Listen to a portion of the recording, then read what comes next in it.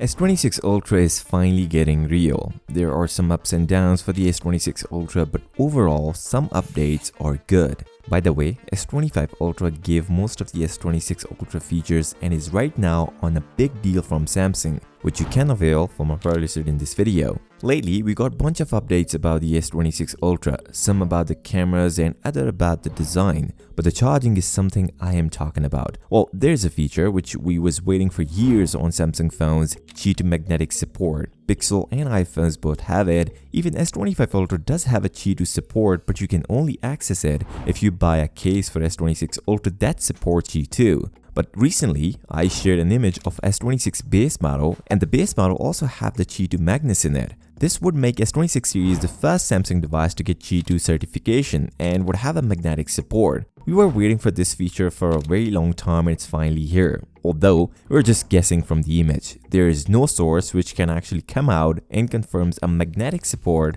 for S26 Ultra. The second change, which we was in question for a very long time and yet no one talking about it, that was the charging speed of S26 Ultra, and it's not new. Samsung was using the same 45 watt from a couple of years, but ICE has a different story. I've always insisted on 60 watt, not 45, and the actual test results are as I expected. The S26 Ultra has indeed made significant improvements in charging, which means this would be a really good update on S26 Ultra. After a long time, we are seeing a charging update on S series. Now, the processor information is something I want to talk about, but before that, the internals are confirmed for the S26 Ultra. An S26 series will going to feature a base 12 gigs of RAM on all models. An S26 Ultra will going to feature a 16 gigs, but 256 gigs version will going to get a 12 gigs of RAM. 512 gigs and 1 TB version is most likely features a 16 gigs. Now, let's talk about the processor of Galaxy S26 Ultra. Samsung is still deciding which processor to go with on S26 series. The base and plus models are confirmed for Exynos 2600,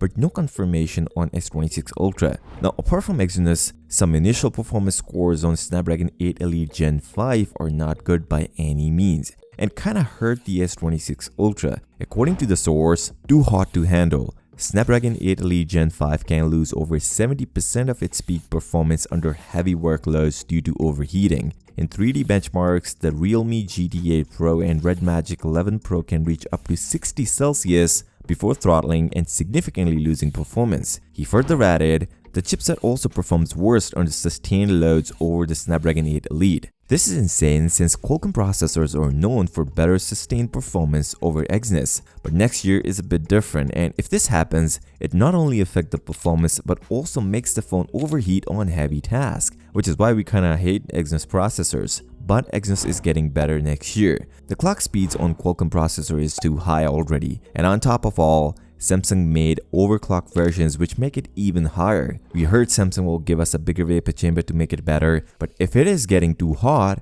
it's hard to tell how Samsung will manage it with bigger vapor chamber. Maybe some sort of software optimization needed to make it better. The release date is also confirmed. Samsung is making some big changes with the S26 series. The plans changed and they changed the launch of S26 Ultra, although they will start its production on time, but now a recent report confirmed something new about the launch of S26 Ultra. According to Korean media, Samsung is going to launch S26 series on 25th of Feb in San Francisco, the AI hub. The last time they did it for the Galaxy S23 series, this means the rumors around the delay launch in March was not true. It is delayed for about a month, since both S24 and S25 launched in January, but S22 and S23 both launch in the Feb but early Feb, and S26 Ultra is set to launch in late Feb. Why? Well, by this time we all know Samsung skipped the S26 Edge from this launch and added the normal plus version. And I believe my internal source was right about the launch because he said it's not delayed that much, which I shared in my previous videos. So a Feb launch is still acceptable. Now every source is pointing towards this date as Samsung started preparing for the launch of Galaxy S26 Ultra in San Francisco. On this note, if you're still here, give this video a thumbs up and subscribe to the channel. I'll see you next time. Till then, peace out.